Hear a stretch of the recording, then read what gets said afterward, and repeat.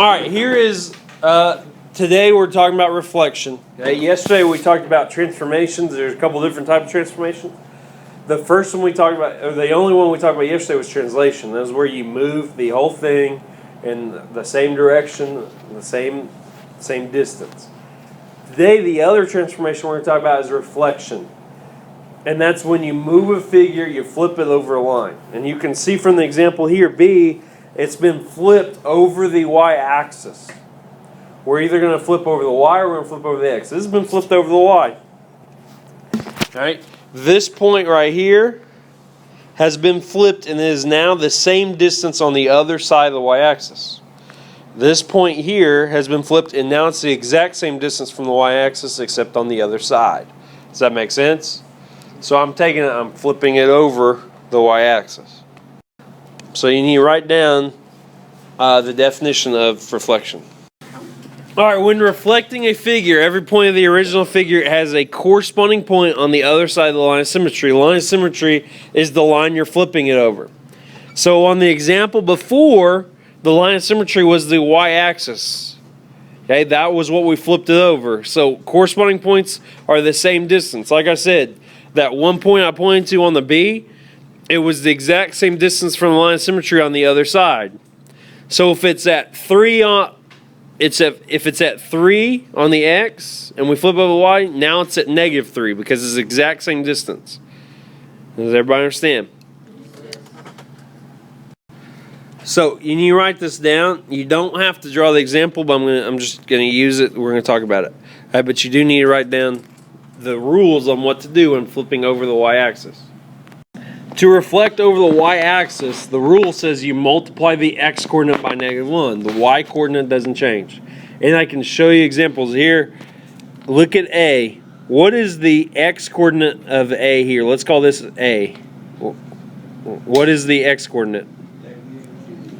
-3. If I want to flip it to the other side, let's call this A prime. I times it by -1. What is -3 times -1? 3. Is A prime at 3? Yes, it is. And let's say this is B. If I times 2 with -1, what should I get over here? B prime. -2. C is at -4, so what should it be over here?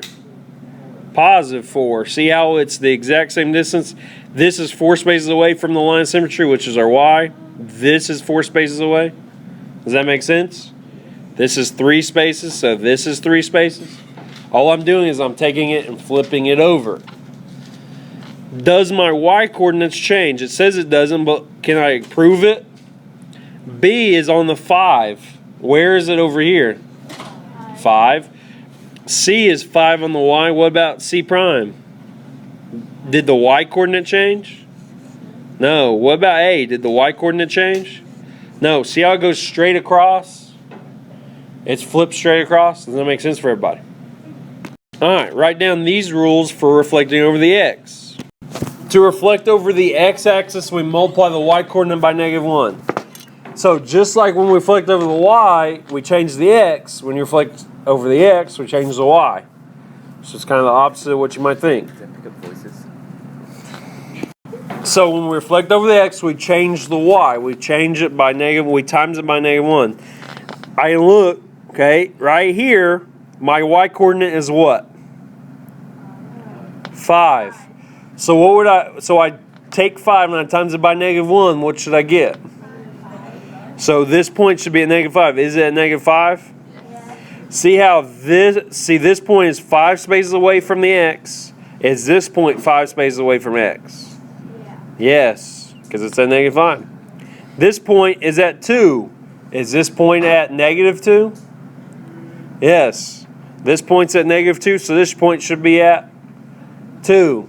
Now, did my x-coordinate change? No. This is at 2, 2. This should be at 2, -2. So did my x-coordinate change? Did my x-coordinate change from here to here? No. What about from here to here? Did it change? No, my x-coordinate's not changing. So when you reflect over the x doesn't change. It's the y. Everybody get that? Does that make sense? All right, here's your assignment.